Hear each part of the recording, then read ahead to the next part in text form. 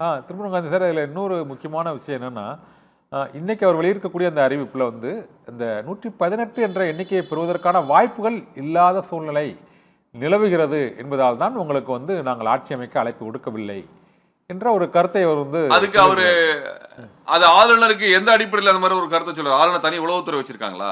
இல்ல, லெட்டர் கொடுத்தது 112 ஒரு முடிவு நீங்க எடுக்கிறீங்க. லெட்டர் 112 தான் கொடுத்திருக்காங்க. அடுத்தல வேற யாரும் ஆதரவு அறிவிக்கல. ரெண்டே கூட்டணி தான். அது அவங்க சட்டசபையில நிரூபிச்சுக்குவாங்க. சட்டசபை நிரூபிக்கலன்னா அந்த ஆட்சி கவுந்துற போகுது. அவ்வளவுதானே வரப்போகுது. அவ்வளவு இதுதான் சட்டசபையில நிரூபிக்கிறது அனுமதி. இப்போ இந்த 118ங்கிறது அவங்களால அடையவே முடியலன்னா, ஏன்னா நாளை வந்து இந்திய கம்யூனிஸ்ட் மற்றும் மார்க்சிஸ்ட் கம்யூனிஸ்ட் இது தவிர அதற்கு பிறகு விடுதலை சிறுத்தைகள் கட்சி முடிவை அறிவிக்க இருக்கிறது. சப்போஸ் இந்த 118 என்ற எண்ணிக்கையை அவர்களால் எட்ட முடியவில்லை என்றால் அங்கு இந்த அழைப்பு விடுப்பதில் சிக்கல், நீங்கள் அது தவறுன்னு சொல்லிட்டீங்க.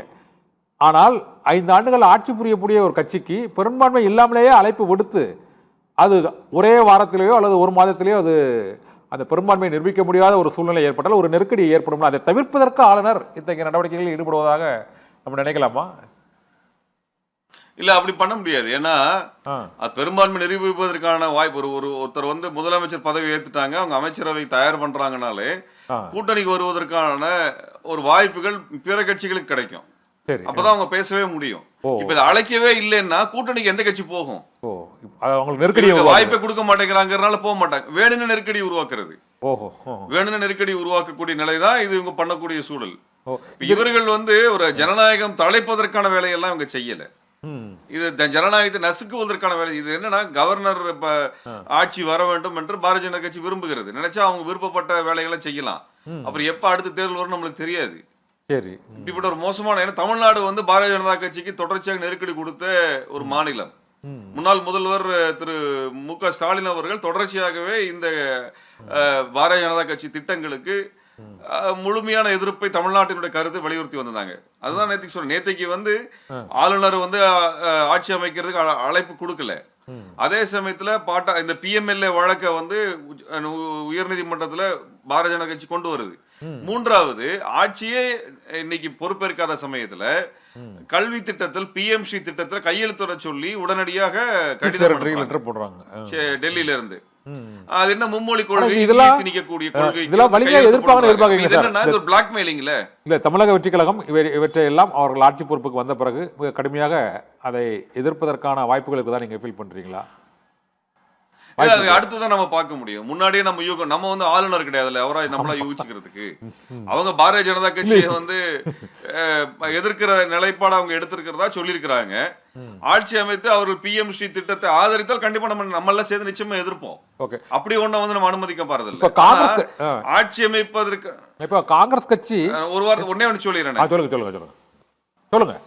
நேற்றைக்கு ஒரு நாள் மட்டுமே இந்த 3 அழுத்தம் வந்து தமிழக வெற்றி கழகத்துக்கு கொடுக்கப்படுகிறது. ஆட்சியை அமைப்பதற்கு அழைப்பு இல்ல, பிஎம்எல்ஏ வழக்கு தொடக்கப்படுகிறது, பிஎம் ஸ்ரீ திட்டத்துல கையெழுத்து போடுங்க அப்படின்னு சொல்லி நெருக்கடி கொடுக்குறாங்க. இது 3 என்ன சொல்லுது? நீங்க பிஎம் ஸ்ரீ திட்டத்துல கையெழுத்து போட்டா மும்மொழி கொள்கை ஏற்றுக்கொள்ளதான் அர்த்தம். இன்னைக்கு இந்திய திணி அப்படிங்கிற இடத்துல நின்றுட்டு இருக்காங்க. ஆட்சி அமைக்கணும், இந்திய ஏத்துக்கோன்னு சொல்லி நம்ம கழுத்துல இந்திய திணிக்கிற வேலையை மோடி சர்க்கார் பண்ணது. அவன் இந்திய திணிக்கணும்ன்ற இடத்துல ஒத்த காலம் நிக்கிறான். அத கண்டிஷன் ப்ரீ கண்டிஷனா வைக்கிறான். நீ இந்திய ஏத்துக்கிட்டாதான் நான் வந்து உனக்கு வந்து ஆட்சி அமைப்பதற்கான வேலையை செய்வேன், இல்லைன்னா வழக்கை கொண்டு வருவேன், உன ஆட்சி அமைக்க விட மாட்டேன்னு மிரட்டுறாங்க. ஒரு இந்திய மொழியை நம்ம மேல, ஒரு மொழியை நம்ம மேல திணிக்கக்கூடியதுன்னா எவ்வளவு திமிர் இருந்தா பிஜேபி இந்த வேலையை செய்யும்? பிஜேபி எவ்வளவு திமிர் தான் அந்த வேலை தமிழ்நாட்டுல செய்வாங்க? அப்படி எல்லாம் பண்ணி பாக்கட்டும். தமிழ்நாட்டுக்குள்ள அப்படியெல்லாம் செஞ்சுட்டு எல்லாம் பாரதிய ஜனதா கட்சி வந்து இங்க அரசு செஞ்சிட முடியாதுன்றதை எச்சரிக்கிறோம். இந்திய திணிச்சுட்டு தான் நாங்க ஒரு உயிரை கொடுத்திருக்கிறோம். எங்க அமைப்பு ஒரு உயிரை கொடுத்திருக்கிறது. நாங்க இப்படி இல்ல, இந்திய திணிச்சுதான் நீ உள்ள வருவேன்னா உன் கட்சி இது வரைக்கும் வரலாறு காணாத எதிர்ப்பை தமிழ்நாட்டில் பாரதிய ஜனதா கட்சி எதிர்கொள்ள வேண்டியிருக்குங்கிறத நாங்க எச்சரிக்கிறோம். ஒரு கட்சி வந்து மக்களால் தேர்ந்தெடுக்கப்பட்டு அதை ஆட்சி அமைக்க வர்றாங்க, அதை வந்து இந்திய ஏத்துக்கோ, அப்பதான் வந்து உனக்கு நான் ஆட்சி அமைப்பதற்கான சூழலை உருவாக்க மிரட்டு நான் பிளாக்மெயில் பண்ணாங்கன்னா, பிளாக்மெயில் பண்ணா பார்த்து தமிழ்நாடு சும்மா இருக்காது. மாநில கட்சிகளை பொறுத்தவரைக்கும் மே 14 இயக்கம் மாநில கட்சிகள் உரிமைகளுக்கு முழுமையாக நிற்போம் நாங்க. அது எந்த கட்சியாக இருந்தாலும் சரி, அது அதிமுகவாக இருந்தாலும் சரி, திமுகவாக இருந்தாலும் சரி, வெற்றி கழகமாக இருந்தாலும் சரி, யாரா இருந்தாலும் தமிழ்நாட்டு மக்கள் தேர்ந்தெடுக்க கட்சிக்கு, மாநில கட்சிக்கு நாங்க ஆதரிப்போம்.